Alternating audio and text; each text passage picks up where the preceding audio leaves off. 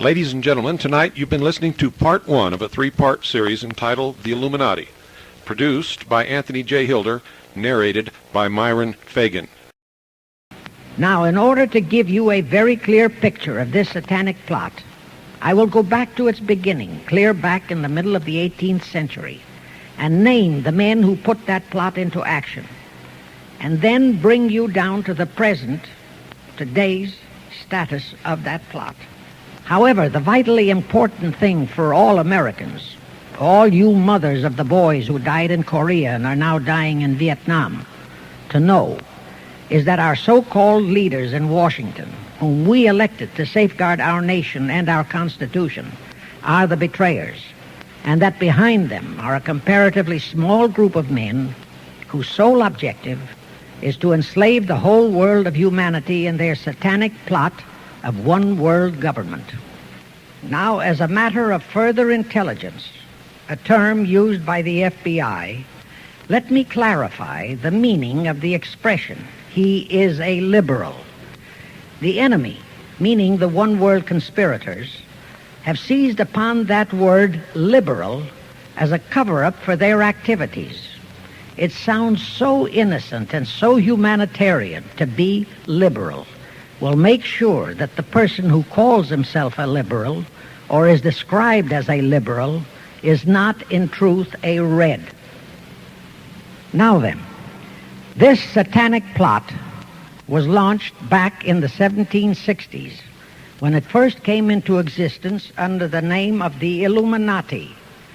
This Illuminati was organized by one Adam Weishaupt, born a Jew, who was converted to Catholicism and became a Catholic priest, and then, at the behest of the then newly organized House of Rothschild, defected and organized the Illuminati.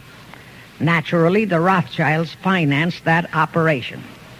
And every war since then, beginning with the French Revolution, has been promoted by the Illuminati operating under various names and guises. I say under various names and guises because after the Illuminati was exposed and became too notorious, Weishaupt and his co-conspirators began to operate under various other names.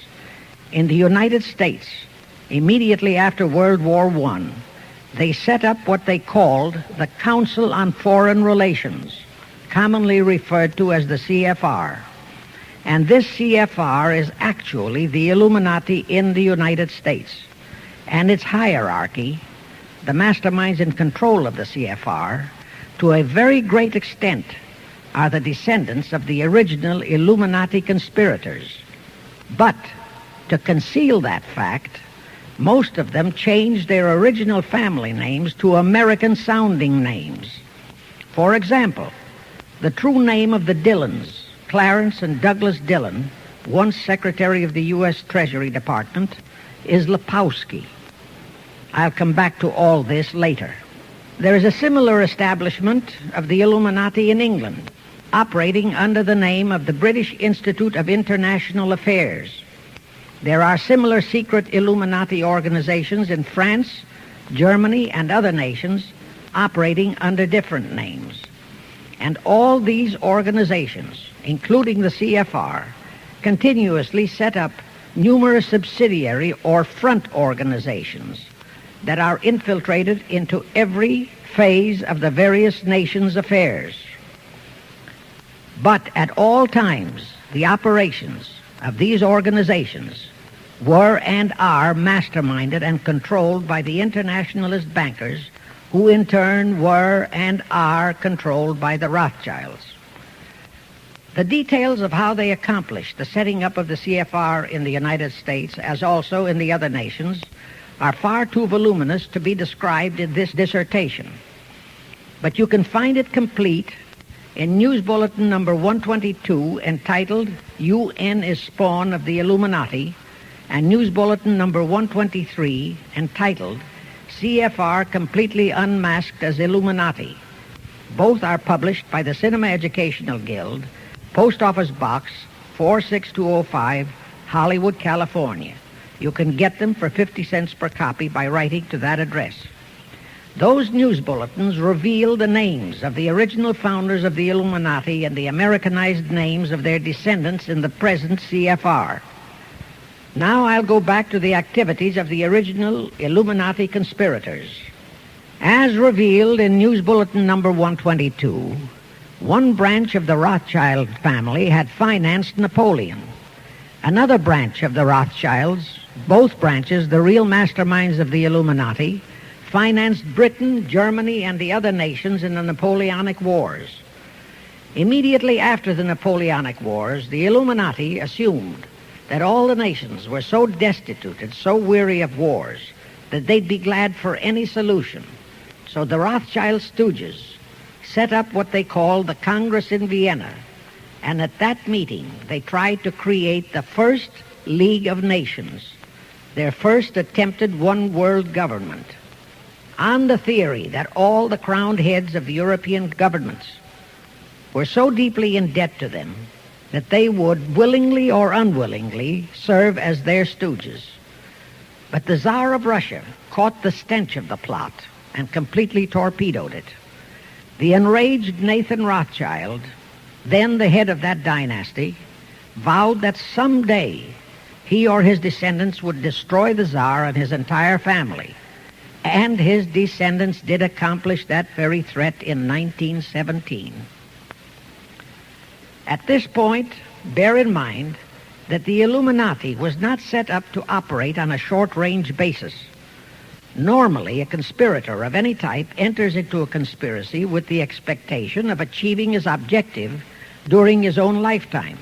But that was not the case with the Illuminati. True, they hoped to accomplish their objective during their lifetime. But, paraphrasing The Show Must Go On, the Illuminati operates on the very long-range basis. Whether it will take scores of years or even centuries, they have dedicated their descendants to keep the plot boiling until they hope the conspiracy is achieved. Now let's go back to the birth of the Illuminati. Adam Weishaupt was a Jesuit-trained professor of canon law, teaching in Ingolstadt University when he defected from Christianity to embrace the Luciferian conspiracy. It was in 1770 that the professional moneylenders, the then recently organized House of Rothschild, retained him to revise and modernize the age-old protocols of Zionism, which from the outset was designed to give the synagogue of Satan, so named by Jesus Christ, ultimate world domination, so they could impose the Luciferian ideology upon what would remain of the human race after the final social cataclysm by use of satanic despotism. Weishaupt completed his task May 1st, 1776.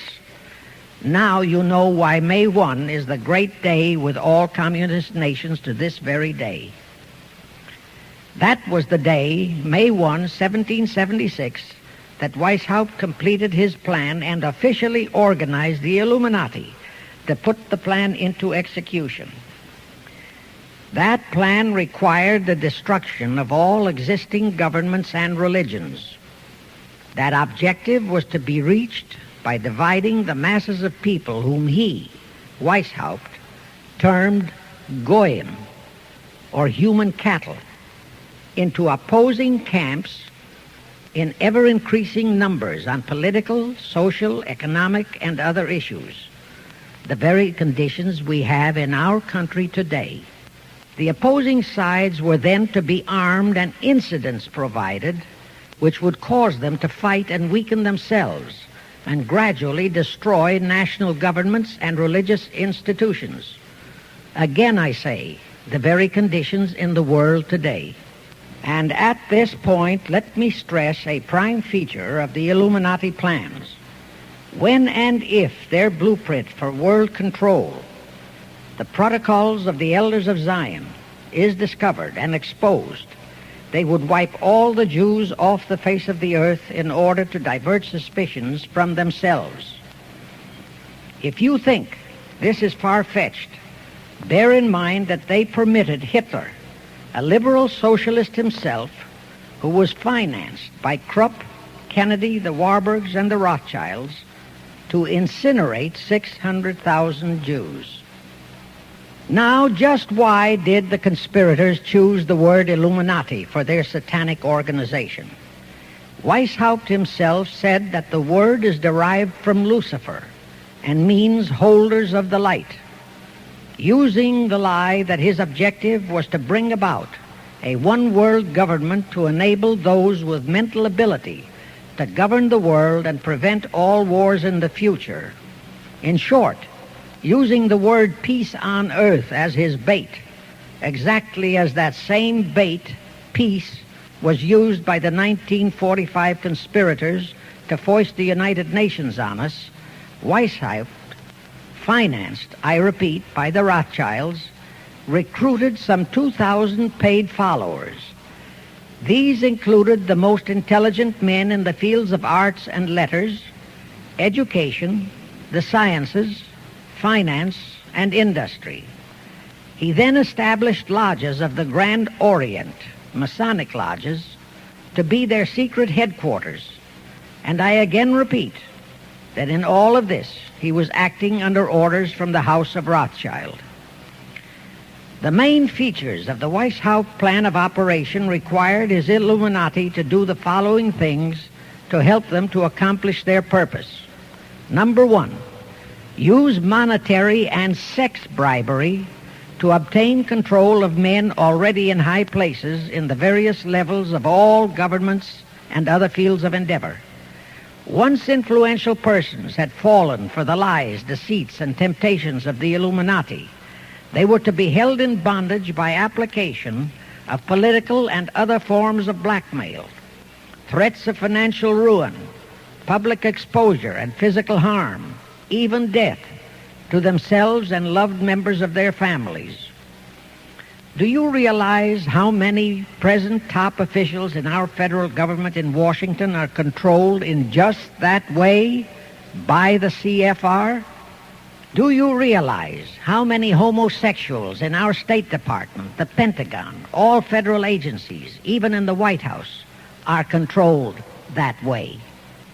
Number two, Illuminati on the faculties of colleges and universities were to cultivate students possessing exceptional mental ability belonging to well-bred families with international leanings and recommend them for special training in internationalism.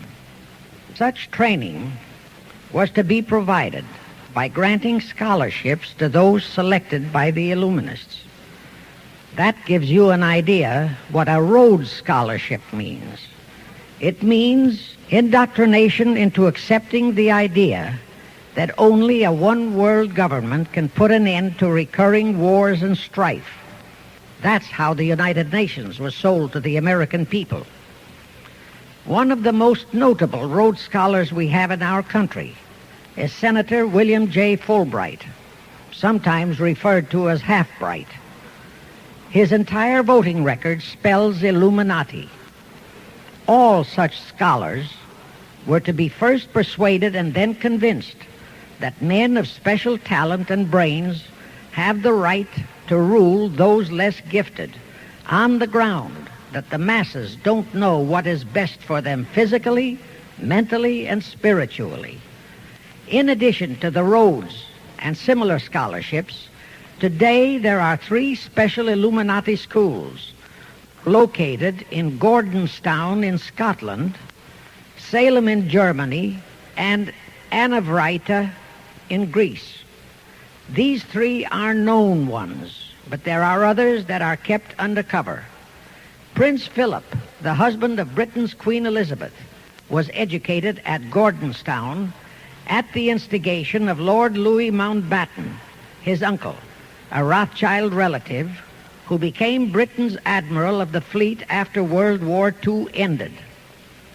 Number 3, all influential people trapped into coming under the control of the Illuminati, plus the students who had been specially educated and trained, were to be used as agents and placed behind the scenes of all governments as experts and specialists, so they would advise the top executives to adopt policies which would, in the long run, serve the secret plans of the Illuminati one-world conspiracy and bring about the destruction of the governments and religions they were elected or appointed to serve.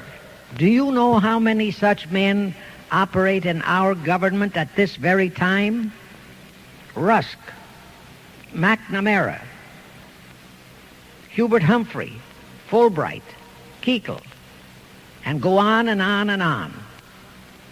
Number 4, perhaps the most vital directive in Weishaupt's plan was to obtain absolute control of the press, at that time the only mass communications media, to distribute information to the public, so that all news and information could be slanted, so that the masses could be convinced that a one-world government is the only solution to our many and varied problems.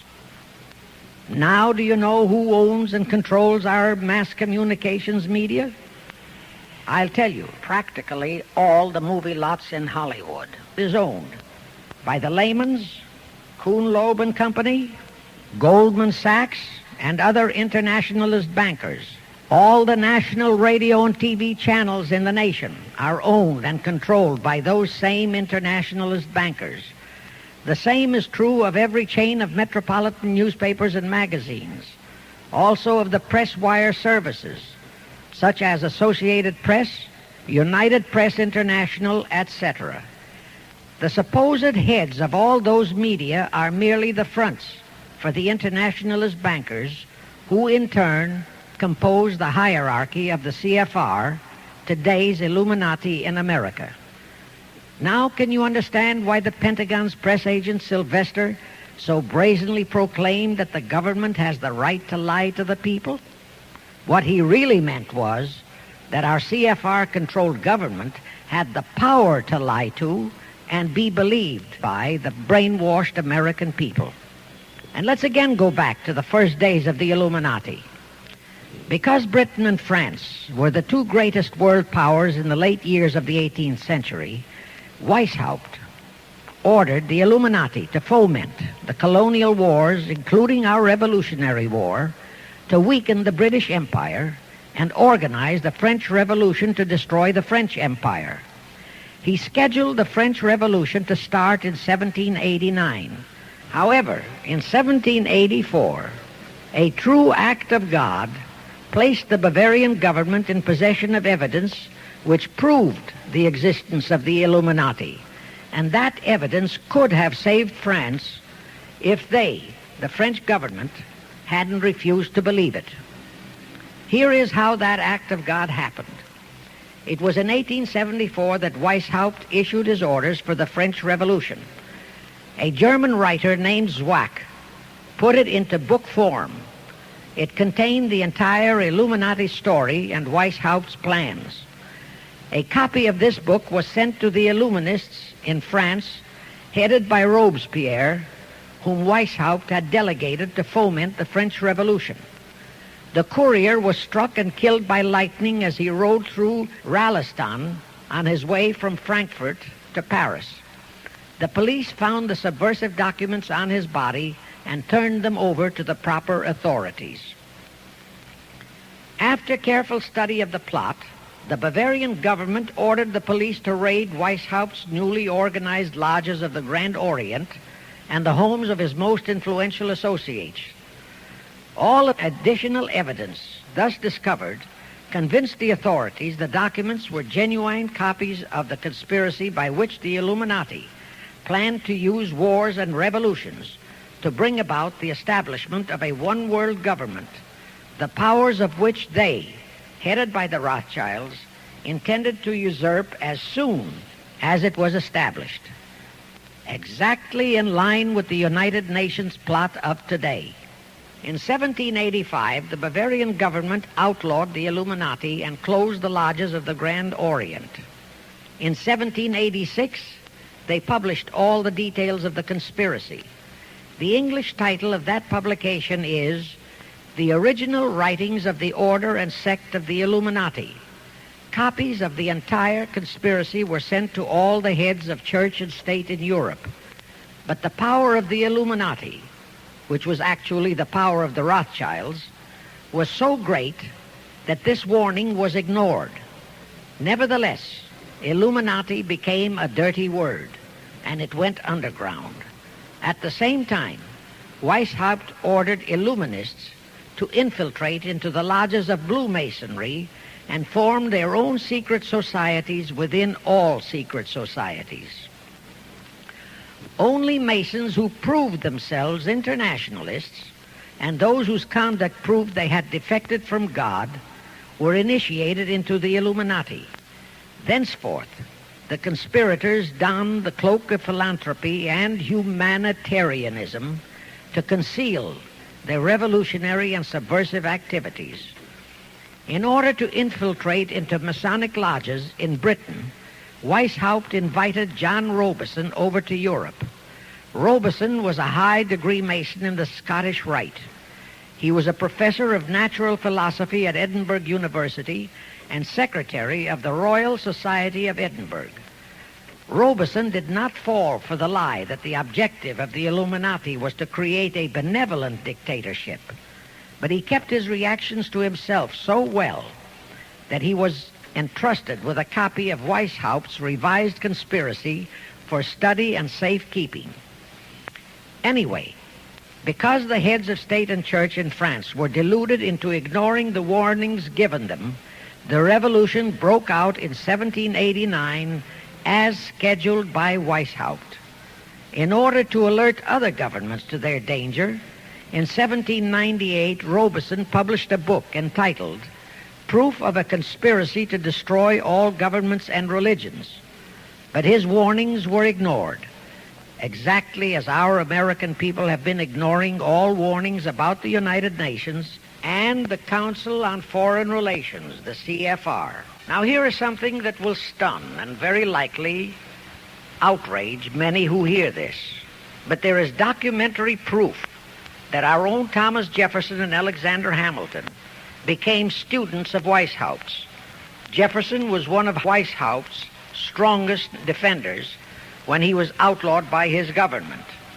And it was Jefferson who infiltrated the Illuminati into the then newly organized lodges of the Scottish Rite in New England. Here is the proof. In 1789, John Robison warned all Masonic leaders in America that the Illuminati had infiltrated into their lodges.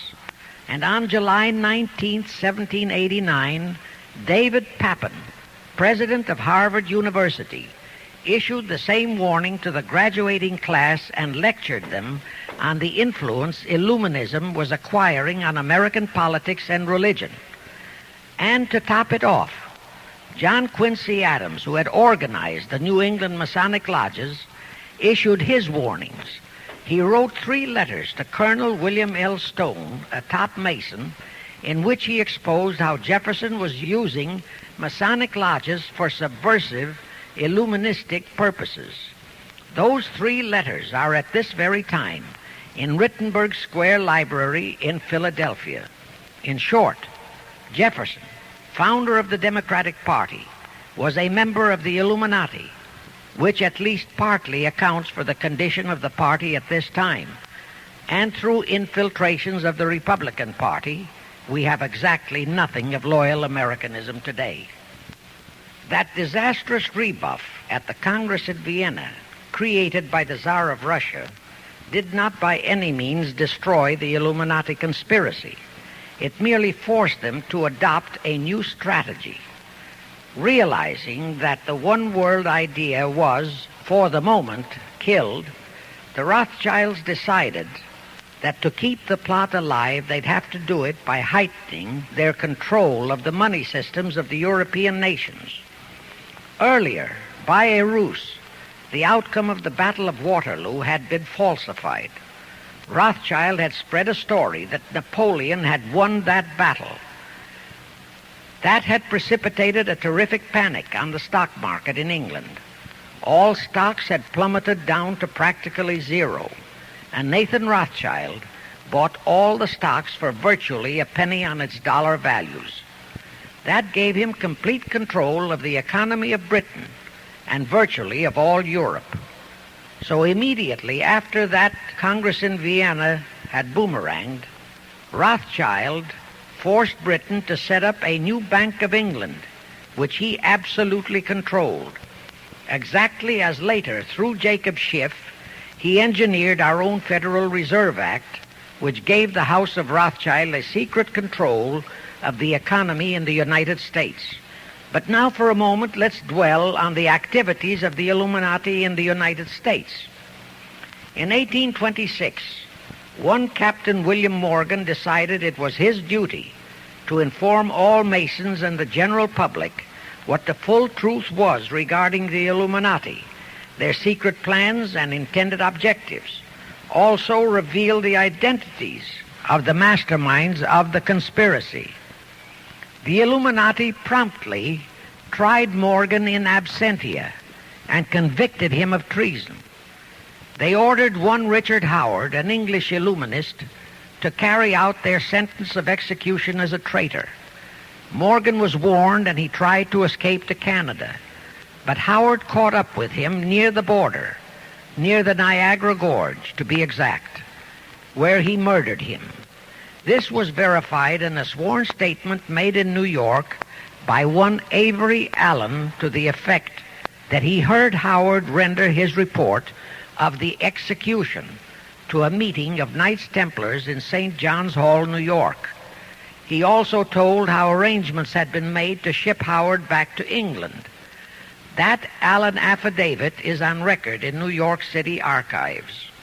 Very few Masons and very few of the general public know that general disapproval over that incident of murder caused approximately half of all the Masons in the northern jurisdiction of the United States to secede.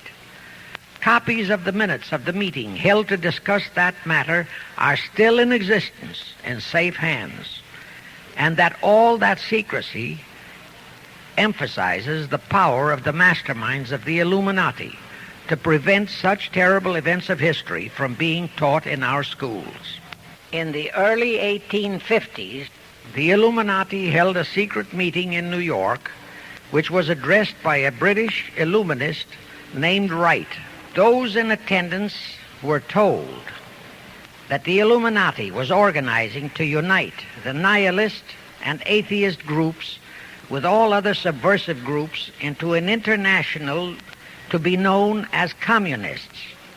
That was when the word communist first came into being, and it was intended to be the supreme weapon and scare word to terrify the whole world and drive the terrorized peoples into the Illuminati one world scheme.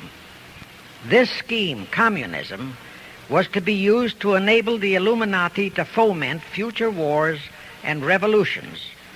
Clinton Roosevelt, a direct ancestor of Franklin Roosevelt, Horace Greeley and Charles Dana, foremost newspaper publishers of that time, were appointed to head a committee to raise funds for the new venture. Of course, most of the funds were provided by the Rothschilds. And this fund was used to finance Karl Marx and Engels when they wrote Das Kapital and the Communist Manifesto in Soho, England.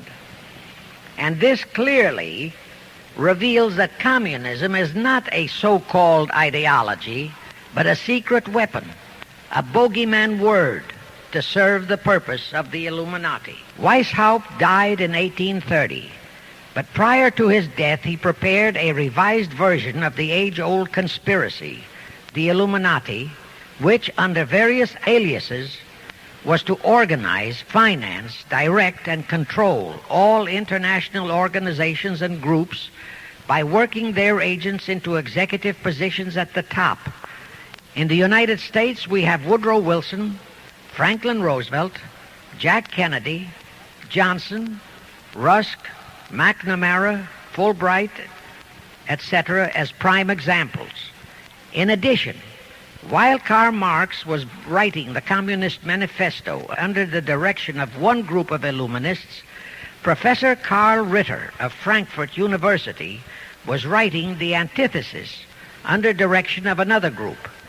The idea was that those who direct the overall conspiracy could use the differences in those two so-called ideologies to enable them to divide larger and larger members of the human race into opposing camps so that they could be armed and then brainwashed into fighting and destroying each other, and particularly to destroy all political and religious institutions. The work Ritter started was continued after his death and completed by the German so-called philosopher Friedrich Wilhelm Nietzsche, who founded Nietzscheism. This Nietzscheism was later developed into fascism and then into Nazism, and was used to foment World Wars I and II. In 1834, the Italian revolutionary leader Giuseppe Mazzini was selected by the Illuminati to direct their revolutionary program throughout the world. He served in that capacity until he died in 1872. But some years before he died, Mazzini had enticed an American general named Albert Pike into the Illuminati. Pike was fascinated by the idea of a one-world government, and ultimately he became the head of this Luciferian conspiracy. Between 1859 and 1871, Pike, worked out a military blueprint for 3 world wars and various revolutions throughout the world, which he considered would forward the conspiracy to its final stage in the 20th century. Again, I remind that these conspirators were never concerned with immediate success. They always operated on a long-range view. Pike did most of his work in his home in Little Rock, Arkansas. But a few years later, when the Illuminati's lodges of the Grand Orient became suspect and repudiated because of Mazzini's revolutionary activities in Europe, Pike organized what he called the New and Reformed Palladian Rite. He set up 3 supreme councils, one in Charleston, South Carolina, one in Rome, Italy, and the third in Berlin, Germany. He had Mazzini establish 23 subordinate councils in strategic locations throughout the world. These have been the secret headquarters of the world revolutionary movement ever since. Long before Marconi invented radio, the scientists in the Illuminati had found the means for Pike and the heads of his councils to communicate secretly. It was the discovery of that secret that enabled intelligence officers to understand how apparently unrelated incidents, one such as the assassination of an Austrian prince at Sarajevo, took place simultaneously throughout the world, which developed into a war or a revolution. Pike's plan was as simple as it has proved effective. It called for communism, Nazism, political Zionism, and other international movements be organized and used to foment 3 global world wars and at least 2 major revolutions. The First World War was to be fought so as to enable the Illuminati to destroy Tsarism in Russia, as vowed by Rothschild after the Tsar had torpedoed his scheme at the Congress in Vienna, and to transform Russia into a stronghold of atheistic communism. The differences stirred up by agents of the Illuminati between the British and German empires were to be used to foment this war. After the war would be ended, communism was to be built up and used to destroy other governments and weaken religions. World War II, when and if necessary, was to be fomented by using the controversies between fascists and political Zionists. And here let it be noted that Hitler was financed by Krupp, the Warburgs, the Rothschilds, and other internationalist bankers, and that the slaughter of the supposed 600,000 Jews by Hitler didn't bother the Jewish internationalist bankers at all. That slaughter was necessary in order to create worldwide hatred of the German people and thus bring about the war against them. In short, this Second World War was to be fought to destroy Nazism and to increase the power of political Zionism so that the State of Israel could be established in Palestine. During this World War II, international communism was to be built up until it equaled in strength that of united Christendom. When it reached that point, it was to be contained and kept in check until required for the final social cataclysm. As we know now, Roosevelt, Churchill, and Stalin put that exact policy into effect, and Truman, Eisenhower, Kennedy, and Johnson continued that same exact policy. World War III is to be fomented by using the so-called controversies the agents of the Illuminati, operating under whatever new name, are now stirring up between the political Zionists and the leaders of the Muslim world. That war is to be directed in such a manner that all of Islam and political Zionism, Israel, will destroy each other, while at the same time the remaining nations, once more divided on this issue, will be forced to fight themselves into a state of complete exhaustion, physically, mentally, spiritually, and economically. Now, can any thinking person doubt that the intrigue now going on in the Near, Middle, and Far East is designed to accomplish that satanic objective? Pike himself foretold all this in a statement he made to Mazzini on August 15, 1871. Pike stated that after World War III is ended, those who will inspire to undisputed world domination will provoke the greatest social cataclysm the world has ever known. Quoting his own words, taken from the letter he wrote to Mazzini, and which letter is now catalogued in the British Museum in London, England, he said, "We shall unleash the nihilists and the atheists, and we shall provoke a great social cataclysm which in all its horror will show clearly to all nations the effect of absolute atheism, the origin of savagery and of most bloody turmoil. Then everywhere the people forced to defend themselves against the world minority of revolutionaries will exterminate those destroyers of civilization, and the multitudes disillusioned with Christianity, whose deistic spirits will be from that moment on without direction and leadership, and anxious for an ideal but without knowledge where to send its adoration, will receive the true light through the universal manifestation of the pure doctrine of Lucifer, brought finally out into public view, a manifestation which will result from a general reactionary movement which will follow the destruction of Christianity and atheism, both conquered and exterminated at the same time." When Mazzini died in 1872, Pike made another Italian revolutionary leader named Adrian Lemmy his successor. Lemmy, in turn, was succeeded by Lenin and Trotsky, then by Stalin.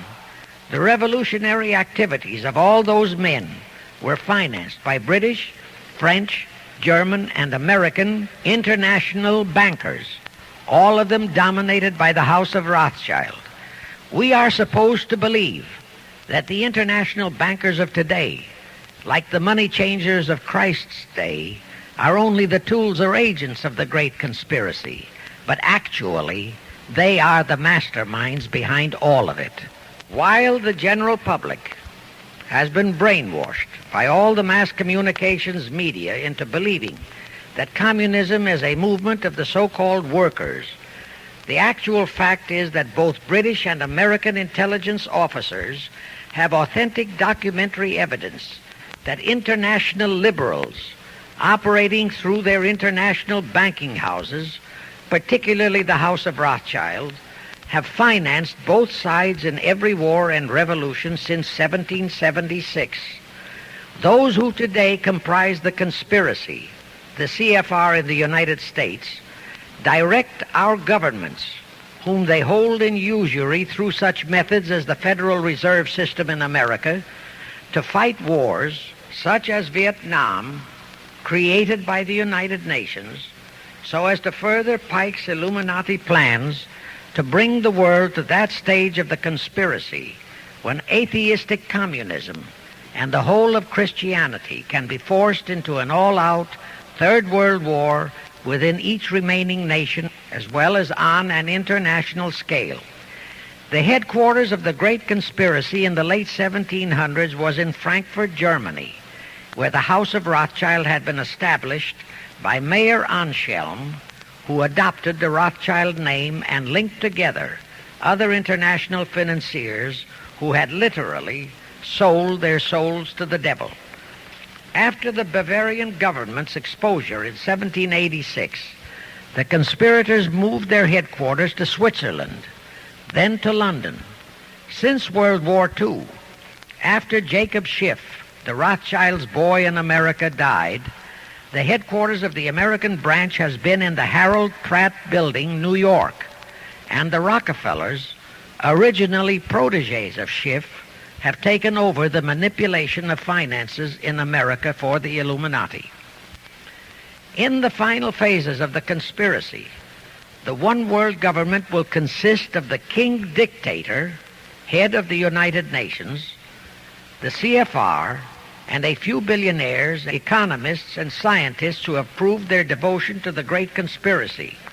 All others are to be integrated into a vast conglomeration of mongrelized humanity, actually slaves. Now let me show you how our federal government and the American people have been sucked into the one-world takeover plot of the Illuminati Great Conspiracy. And always bear in mind that the United Nations was created to become the housing for that one-world so-called liberal conspiracy. The real foundations of the plot for the takeover of the United States were laid during the period of our Civil War. Not that Weishaupt and the earlier masterminds had ever overlooked the New World. As I have previously indicated, Weishaupt had his agents planted over here as far back as the Revolutionary War. But George Washington was more than a match for them. It was during the Civil War that the conspirators launched their first concrete efforts. We know that Judah Benjamin, chief advisor of Jefferson Davis, was a Rothschild agent. We also know that there were Rothschild agents planted in Abraham Lincoln's cabinet who tried to sell him into a financial dealing with the House of Rothschild. But old Abe saw through the scheme and bluntly rejected it, thereby incurring the undying enmity of the Rothschilds, exactly as the Russian Tsar did when he torpedoed their first League of Nations at the Congress in Vienna. Investigation of the assassination of Lincoln revealed that the assassin, Booth, was a member of a secret conspiratorial group. Because there were a number of highly important government officials involved, the name of the group was never revealed, and it became a mystery, exactly as the assassination of Jack Kennedy still is a mystery. But I am sure it will not for long remain a mystery. Anyway, the ending of the Civil War destroyed, temporarily, all chances of the House of Rothschild to get a clutch on our money system, such as they had acquired in Britain and other nations in Europe. I say temporarily because the Rothschilds and the masterminds of the conspiracy never quit. So they had to start from scratch, but they lost no time in getting started. Shortly after the Civil War, a young immigrant who called himself Jacob H. Schiff arrived in New York. Jacob was a young man with a mission for the House of Rothschild. Jacob was the son of a rabbi, born in one of Rothschild's houses in Frankfurt, Germany. I won't go deeply into his background. The important point is that Rothschild recognized in him not only a potential money wizard, but more important, he also saw the latent Machiavellian qualities in Jacob that could, as it did, make him an invaluable functionary in the great one-world conspiracy. After a comparatively brief training period in the Rothschilds' London bank, Jacob left for America with instructions to buy into a banking house, which was to be the springboard to acquire control of the money system of the United States. Actually, Jacob came here to carry out 4 specific assignments. Number 1, and most important, was to acquire control of America's money system. Number 2, find desirable men who, for a price, would be willing to serve as stooges for the great conspiracy and promote them into high places in our federal government, our Congress, in the U.S. Supreme Court, and all federal agencies. Number 3, create minority group strife throughout the nations, particularly between whites and blacks. Number 4, create a movement to destroy religion in the United States, but Christianity to be the chief target.